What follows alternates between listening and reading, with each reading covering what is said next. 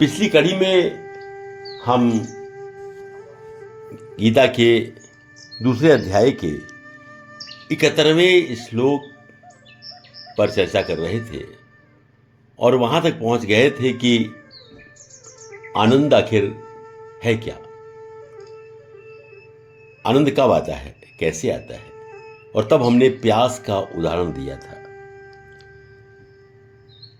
अब थोड़ा सा भिन्न प्रकार से सोचिए।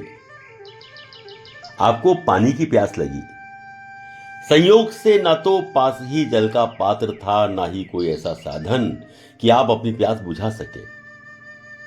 प्यास की तीव्रता बढ़ने लगी। 1 घंटा हो गया।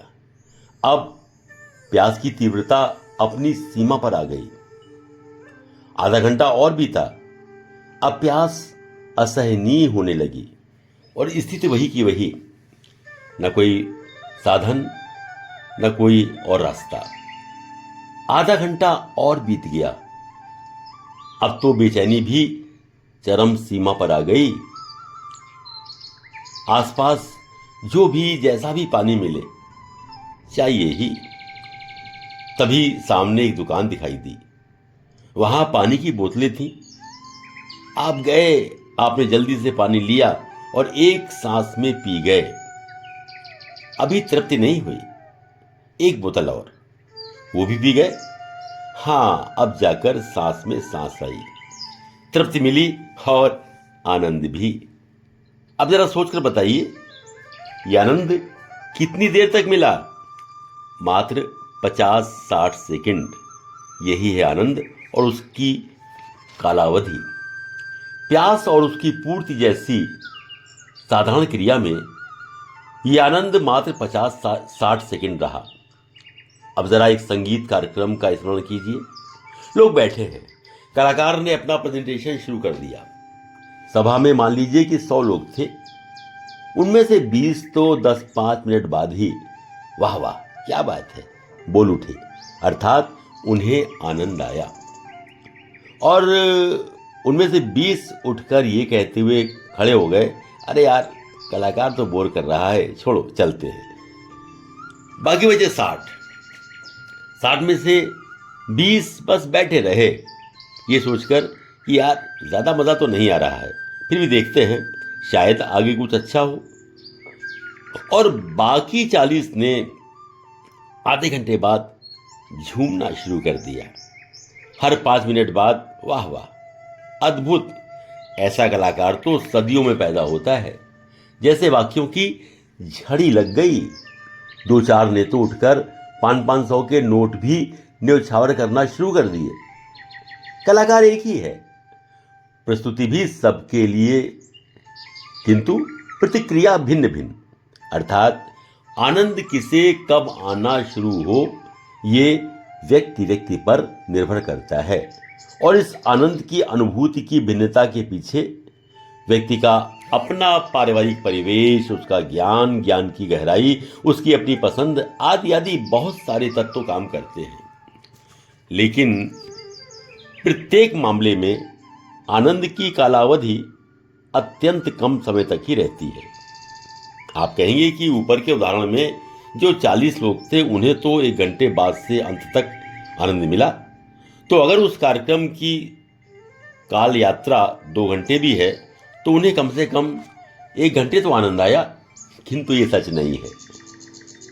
1 घंटे बाद उन तक आनंद की लहर आई, कुछ क्षण रही फिर चली गई, लेकिन उसकी स्मृति मन पर छा गई। 10-5 मिनट बाद फिर लहर आई और कुछ क्षण रहकर फिर चली गई, लेकिन उसकी स्मृति भी पिछली स्मृति से जुड़ गई। अतः आनंद की अनुभूति की एक परत हृदय पर चढ़ गई और हमें लगा कि हमने 1 घंटे तक आनंद लिया। अर्थात आनंद का आवेग या अनुभूति मात्र कुछ पल या मिनट तक ही अपनी चरम अवस्था पर महसूस होती है। बाद में उसकी स्मृति हमें आनंद देती है। भूख, प्यास और कामेच्छा पूर्ति में यही नियम लागू होता है।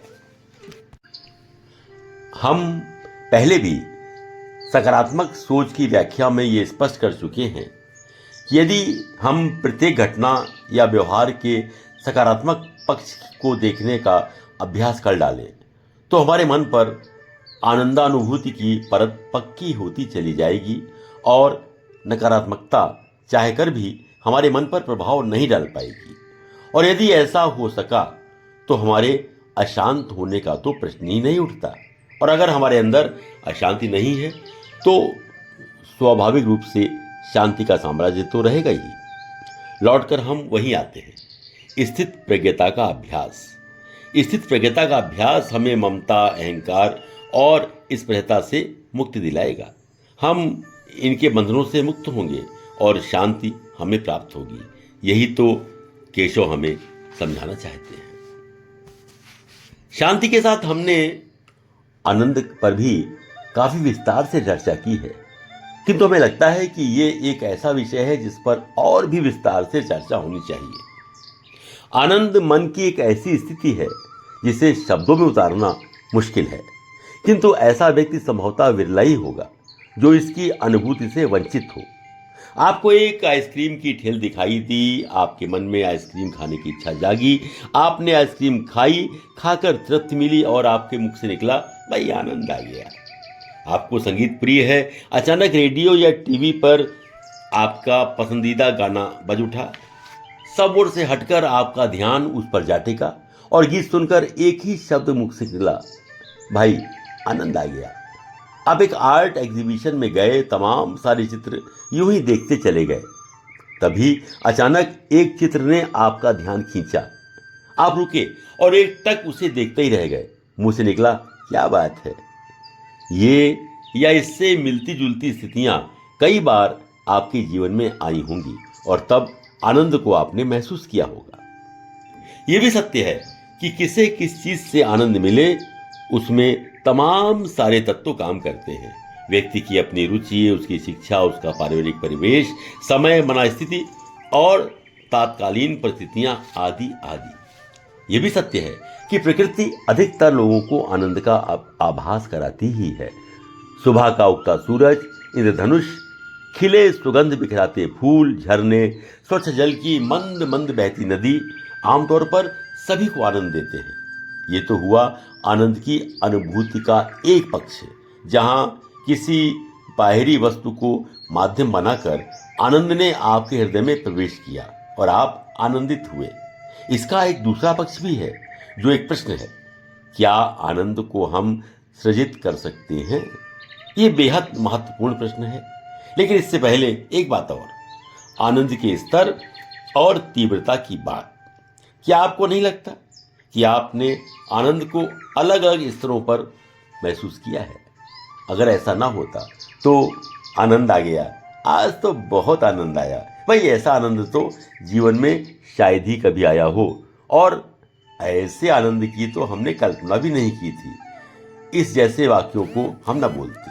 अर्थात स्पष्ट है कि आनंद के स्तर अलग अलग होते हैं, उनकी तीव्रता एवं प्रभाव भी अलग अलग होता है। ये बिल्कुल वैसा ही है जैसे रोशनी तो सभी बल्ब देते हैं, किंतु 5 वाट, 50 वाट और 500 वाट के बल्बों की रोशनी में फर्क तो महसूस होता ही है। आनंद की सर्वोच्च अवस्था है चरमानंद। ऐसी अवस्था में भाव विह्वलता इतनी बढ़ जाती है कि नेत्रों से अश्रुधारा तक बहने लगती है और आप इतना डूब जाते हैं कि उस समय किसी भी बात का होश नहीं रहता। ये भी एक प्रकार की समाधि की ही अवस्था होती है। आइए पुनः दूसरे पक्ष अर्थात क्या आनंद का सृजन भी किया जा सकता है, इसकी ओर लौटते हैं। और ये बेहद महत्वपूर्ण प्रक्रिया है।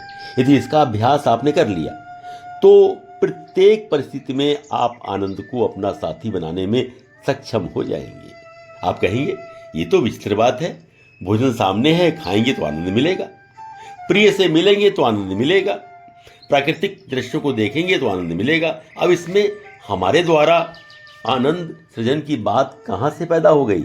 हम भला आनंद का सृजन कैसे कर सकते हैं? आइए अब इस पर विस्तार से चर्चा करते हैं,